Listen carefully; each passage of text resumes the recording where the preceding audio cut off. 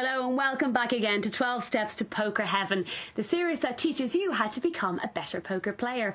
I'm Carmel Thomas, and with me today, as always, is our expert, Mr. Grub Smith. Hey, Carmel. How are you today? I am fighting fit, raring to go. The engine is revving. Fantastic. Well, we are actually halfway through our series now, and we've taught you a lot so far. We've taught you the basic rules of the games and also the different stages of the game that you should be playing. We've gone through so far beginners' errors, the importance of position, and also the art of bluffing. I mean, what else could you possibly have to teach us? Well, Carmel, there is still plenty to learn. Poker's a game, it's been around for a while. It's a game of infinite variety. One day you can be playing in a Las Vegas casino with hundreds of people. The next, you're in your front room having a little home game with 4 of your pals. It doesn't make any difference. The game is always going to pan out in a strange and curious way every time you play. And there I was thinking I was on my way to being a pro. Well, let's get started. Coming up in today's show, we'll be looking at step 7, and that is reading players, the skill of putting your opponent on a hand and sniffing out weakness. Then, step 8, heads-up play, what to do when you get down to the last 2 of a tournament and the game turns into full-blown psychological warfare. Right, Grove, reading your opponent, now that is a crucial part of the game. What's it all about? It is, as you say, a vital skill. You've got to be able to see what the other players are thinking. And it's all about observation. Keep your eyes peeled.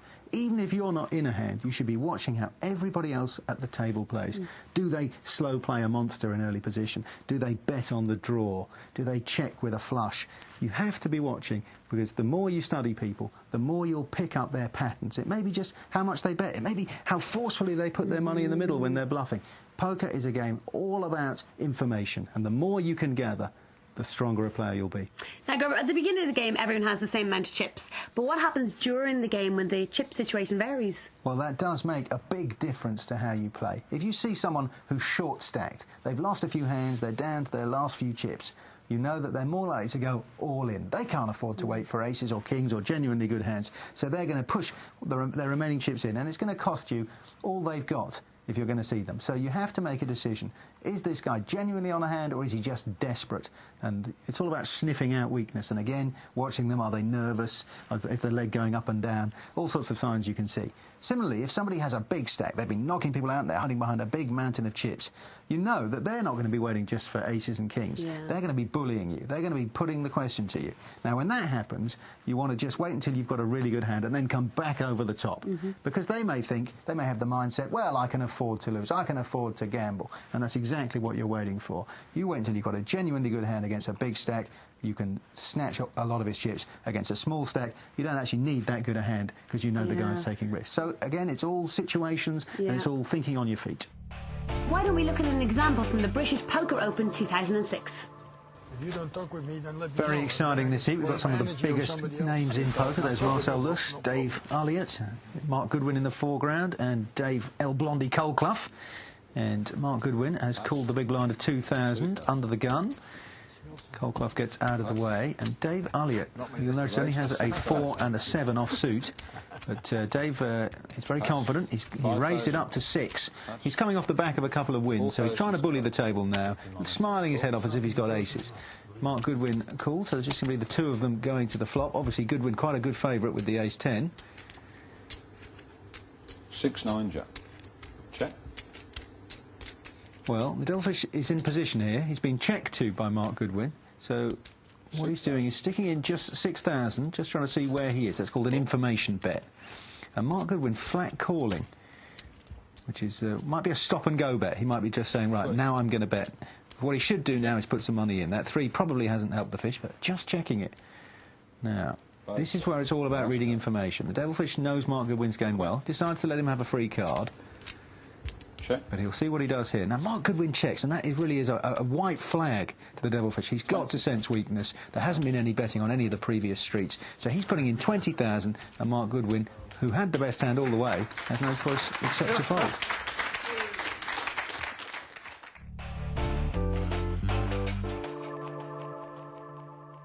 Putting a read on your opponents, working out whether they're weak or strong, is one of the most important skills to acquire in the game of poker. And you don't have to be a professional. If you sit down at a table with a few other card players, of course, in the first couple of minutes, you're not really going to know whether they're weak or strong, whether they're bluffing or telling the truth. But over the course of half an hour or an hour, you'll begin to pick up signs. There may not be just sort of physical twitches. It could be the way they stack their chips, the way they move their chips in.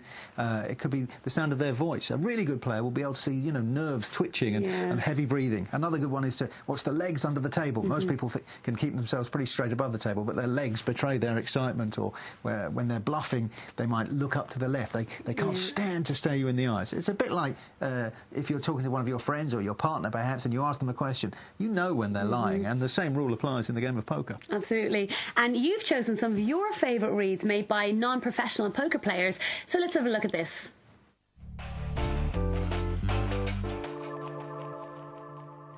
Nice mix on this table. We've got George Fraser there, only been playing the game 5 weeks. No hope for you yet, Carmel.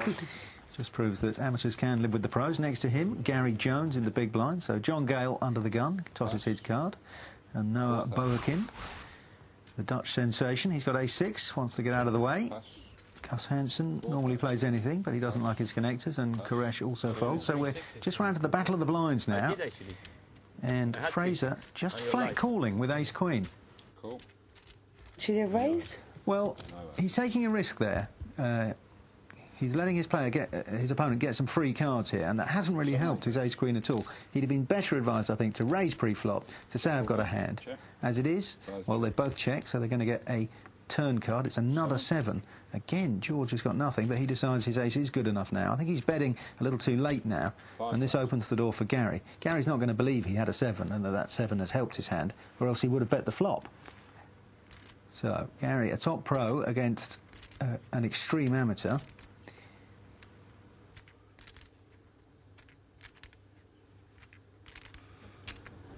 Raise it. He's making a raise. Very good decision. He knows that George is new to the game. He knows that he'd probably be playing high cards only because he's a little bit nervous. And that flop is very bad for high cards. So Gary's decided, OK, I can have a go at this. So now we're going to see how good George Fraser is. And he's reaching for chips and just makes the call. Last card, James. King. Now, what does he think? He's looking at his chips, normally a sign someone's going to bet. And it's a big reach. 15,000.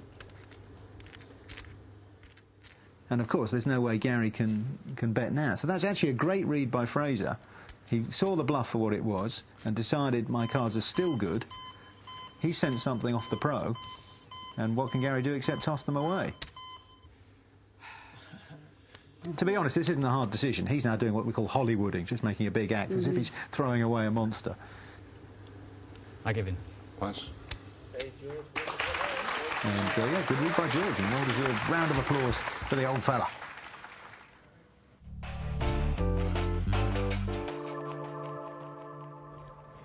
Now, this hand is from the European Poker Masters, from the Paris Holden Trophy. Yeah, we are in the Aviation Club in Paris.